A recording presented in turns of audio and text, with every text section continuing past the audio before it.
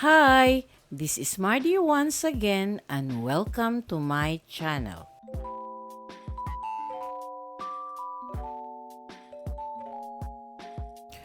Today, we're diving into the incredible journey of one of the Philippines' most iconic and beloved figures, the one and only Pops Fernandez. Known as the Concert Queen, Pops has ruled the stage, the screen, and the hearts of millions for decades. From her unforgettable music career to her groundbreaking work in film and television, Pops has truly earned her legendary status. So grab your popcorn because we're about to take you through her amazing story, filled with hits, heart, and a whole lot of diva magic.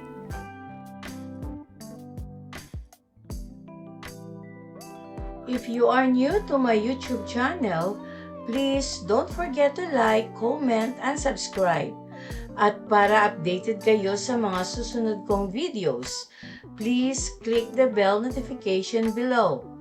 At sana po, don't skip the ads and please watch until the end of my video.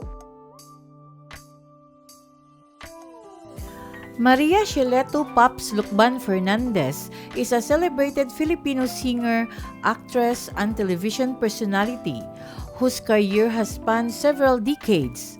Born on December 12, 1966 in Lucban, Quezon, Pops is the daughter of the late action star Eddie Fernandez and Dulcie Lucban.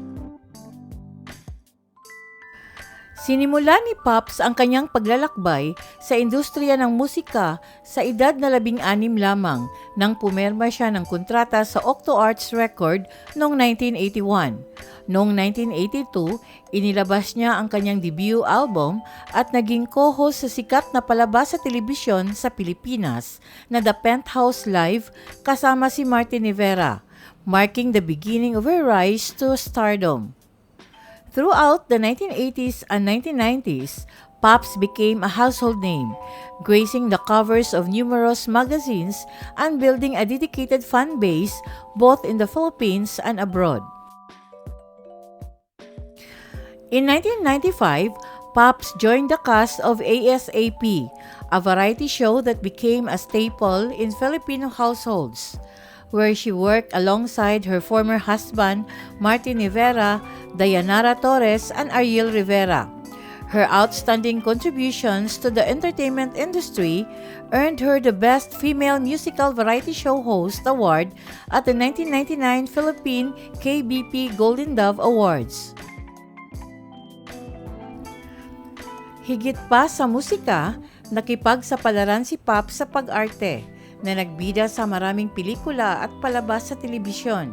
She appeared in the TV drama Nagmamahal Pa Rin Sa'yo in 1998 and later gained critical acclaim for her roles in films like Linlang in 1999 and Gusto Ko Nang Lumigaya in 2001. Her performances showcase her versatility as both a singer and actress, earning her recognition and respect in the Philippine film industry. Pops also starred in the superhero film Shasha Zatorna in 2006. In 2007, Pops co-hosted a show with Cole Ledesma in Las Vegas and began preparing for a major concert in December that would commemorate her 25th anniversary in the entertainment industry. She also joined forces with other iconic singers such as Regine Velasquez, Cole Ledesma, and Sasha Padilla for the Divas 4 Divas Concert Series in 2008, which captivated audiences at the Araneta Coliseum.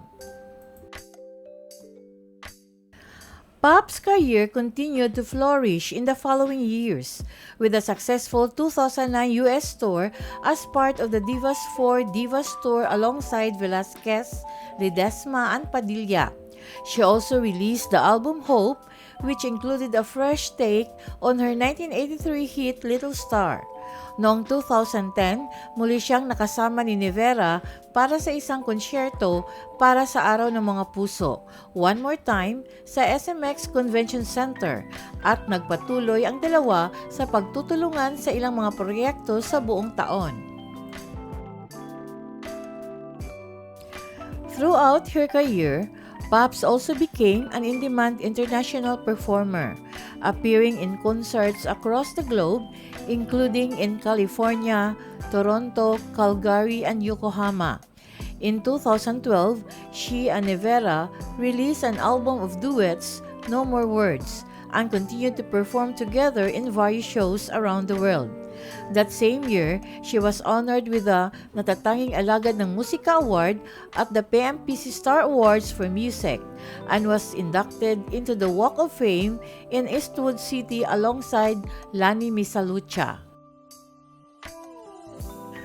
In addition to her thriving entertainment career, Pops is also a successful businesswoman, having launched Chipipay, an online one-stop shop. Noong 2019, gumawa ng kasaysayan si Pops sa pagiging isa sa 50 panelists sa American reality talent show na The World's Best ng CBS, na ginawa siyang unang Filipina na na-feature sa isang American reality talent show. Ang kanyang partisipasyon ay lalong nagpatibay sa kanyang katayuan bilang isang trailblazer sa international entertainment scene. Pops Fernandez's enduring success, versatility, and contributions to Filipino music, television, and film have made her one of the most iconic figures in Philippine entertainment history. Her story continues to inspire countless artists and fans worldwide. Thank you very much for watching. And according to Mark Cooper, life has no remote. Get up and change it yourself.